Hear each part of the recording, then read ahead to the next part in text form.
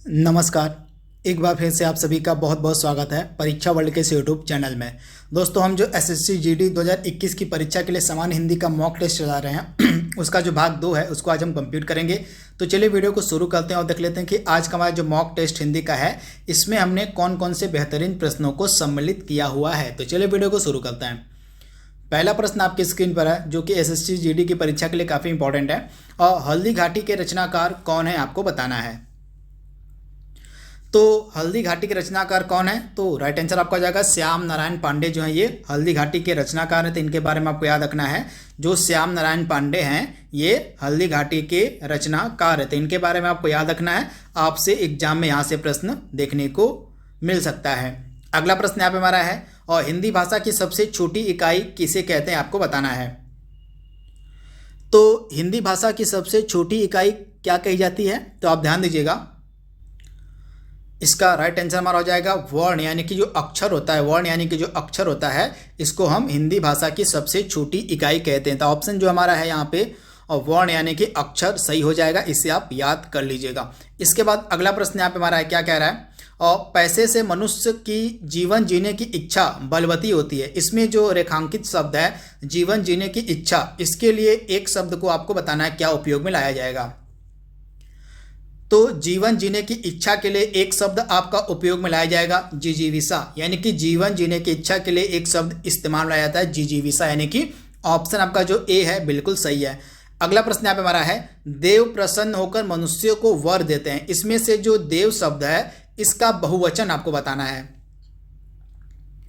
तो देव का बहुवचन आपका क्या हो जाएगा, देवगण, यानी कि ऑप्शन आपका ए बिल्कुल सही हो जाएगा। देव का बहुवचन आपका हो जाएगा देवगण। अगला प्रश्न यहाँ पे हमारा है, दूध का धुला होना, इस मुहावरे का मीनिंग आपको बताना है। तो दूध का धुला होना मुहावरे का मीनिंग आपका हो जाएगा निर्दोष होना, यानी कि ऑप्शन आपका ए बिल्कुल सही है, निर्दोष होना। तो आप इसे ध्यान दीजिएगा। इसमें से आपको बताना है स्त्रीलिंग शब्द कौन सा है, उत्साह, मृत्य और उसके बाद चक्रव्यूह, संकल्प, इन चारों में से स्त्रीलिंग शब्द कौन सा है आपको बताना है। तो इस प्रश्न का राइट आंसर हमारा क्या हो जाएगा, मृत्यु यहाँ पे है। तो जो आपके मृत्यु शब्द यहाँ पे दिया गया है वह आपका स्त्रीलिंग है। तो ऑप्शन आपका बी बिल्कुल सही हो जाएगा, जो मृत्यु है इसमें से आपका स्त्रीलिंग है। तो ऑप्शन आपका बी बिल्कुल सही है। अगला प्रश्न यहाँ पे हमारा है, निम्नलिखित में से कौन सा व्यंजन अंतस्थ व्यंजन है आपको बताना है। काफी इंपॉर्टेंट प्रश्न है। तो दिए गए 4 ऑप्शंस में से इसमें से अंतस्थ व्यंजन कौन सा है, तो आप ध्यान दीजिएगा। इसमें से यह जो है आपका अंतस्थ व्यंजन हो जाएगा, यानी कि ऑप्शन आपका बी बिल्कुल सही हो जाएगा। 4 प्रकार के आपके अंतस्थ व्यंजन होते हैं। एक आपका होता है य हो गया, र हो गया, ल हो गया और व हो गया। ये 4 आपके अंतस्थ व्यंजन होते हैं, इनके बारे में आपको याद रखना है। इसके बाद खर का पर्यायवाची शब्द आपसे पूछा जा रहा है। तो खर का पर्यायवाची शब्द आपका क्या हो जाएगा, गधा, यानी कि ऑप्शन आपका डी बिल्कुल सही है। खर का पर्यायवाची आपका हो जाएगा गधा। अगला प्रश्न यहाँ पे हमारा है, जो पहले कभी ना हुआ हो वाक्य के लिए एक शब्द क्या होगा आपको बताना है।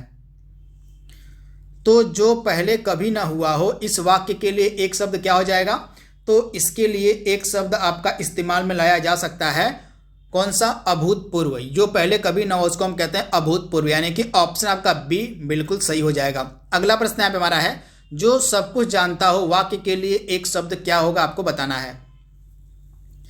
तो जो सब कुछ जानता हो उसके लिए एक शब्द इस्तेमाल में लाया जाएगा सर्वज्ञ, यानी कि ऑप्शन आपका ए बिल्कुल सही है, सर्वज्ञ। दोस्तों, एसएससी जीडी 2021 के लिए हम जो हिंदी का मॉक टेस्ट चला रहे हैं आपको कैसा लग रहा है आप कमेंट बॉक्स में हमें जरूर बताइएगा। इसके बाद अगला प्रश्न हमारा क्या कह रहा है देख लीजिए, महाप्राण ध्वनियां व्यंजन वर्ग में किससे संबंधित होती हैं आपको बताना है। तो अल्प प्राण महाप्राण के बारे में मैंने आपको बताया था, प्रत्येक वर्ग का जो द्वितीय और चतुर्थ वर्ण होता है, आप ध्यान दीजिएगा। महाप्राण में क्या आता है, प्रत्येक वर्ग का द्वितीय और चतुर्थ वर्ण, यानी कि दूसरा वर्ण आपका हो गया और चौथा वर्ण, यानी कि प्रत्येक वर्ग का जो दूसरा वर्ण होता है और चौथा वर्ण होता है वो होता है आपका महाप्राण, यानी कि ऑप्शन आपका क्या सही हो जाएगा, ऑप्शन आपका बी बिल्कुल सही हो जाएगा।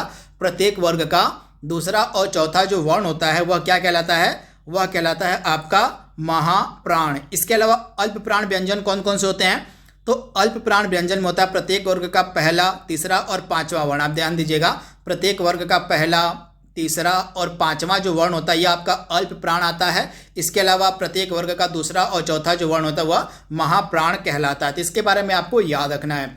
श्री कामता प्रसाद गुरु के अनुसार विराम चिन्हों को किस भाषा से लिया हुआ माना जाता है, आपको बताना है। तो आप ध्यान दीजिएगा, श्री कामता प्रसाद के अनुसार जो विराम चिन्ह किस भाषा से लिए हुए माने गए हैं। तो इस प्रश्न का राइट आंसर हमारा क्या हो जाएगा, अंग्रेजी भाषा से। यानी कि जो कामता प्रसाद गुरु थे उनके अनुसार जो विराम चिन्ह है ये अंग्रेजी भाषा से लिए हुए माने गए हैं। तो ऑप्शन आपका जो सी है बिल्कुल सही है। अगला प्रश्न यहाँ पे हमारा है, गागर में सागर भरना मुहावरे का क्या मीनिंग हो जाएगा। तो गागर में सागर भरना इसका मीनिंग क्या हो जाएगा। तो गागर में सागर भरना का मतलब आपका हो जाएगा संक्षिप्त में गहरी बात को कहना। तो आप ध्यान दीजिएगा, संक्षिप्त में गहरी बात को कहना, इसका मतलब इसका मुहावरा क्या होता है आपका, गागर में सागर भरना। यानी कि ऑप्शन आपका जो सी है बिल्कुल सही हो जाएगा, संक्षिप्त में गहरी बात को कहना। तो आप इसे ध्यान दीजिएगा, ऑप्शन आपका सी बिल्कुल सही है। एक या अधिक वर्णों से बनी हुई स्वतंत्र सार्थक ध्वनि को हम क्या कहते हैं, आपको बताना है।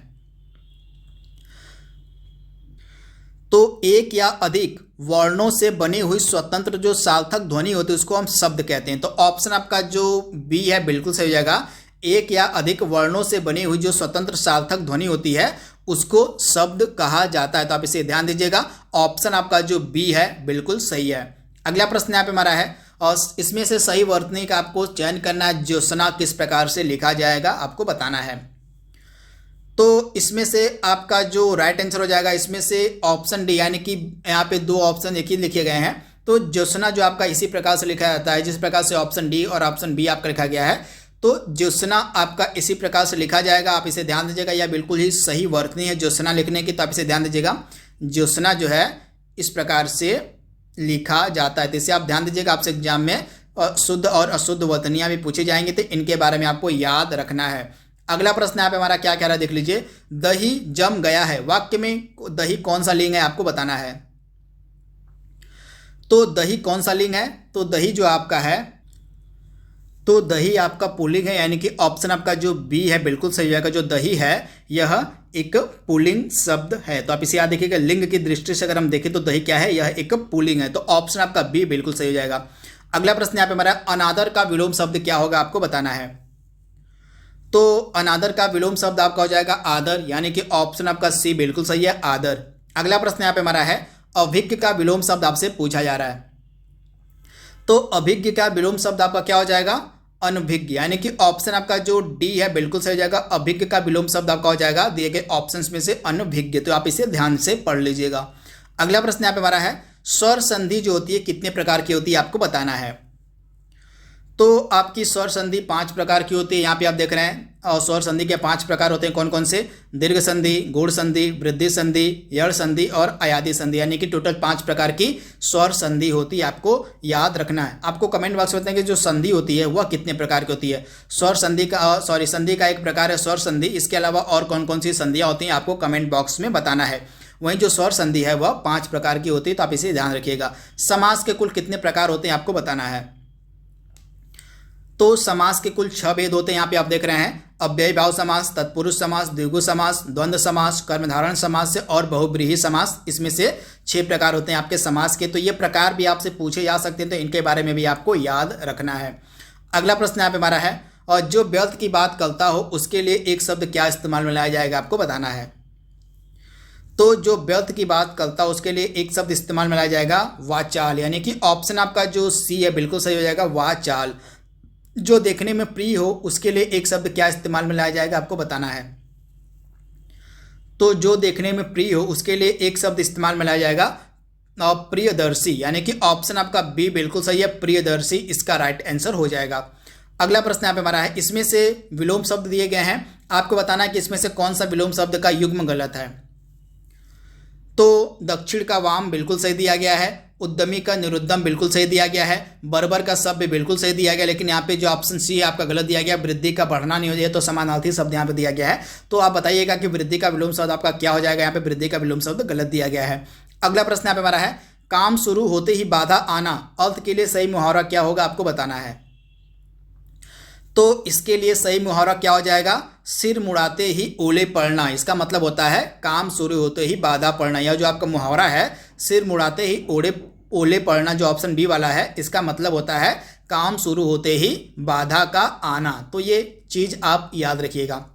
तो दोस्तों यह हमारा मॉक टेस्ट 2 था आपके एसएससी जीडी की परीक्षा के लिए। आई होप यह मॉक टेस्ट आपको पसंद आ रहा होगा। तो आज के लिए बस इतना ही। Thank you, thanks for watching, thank you.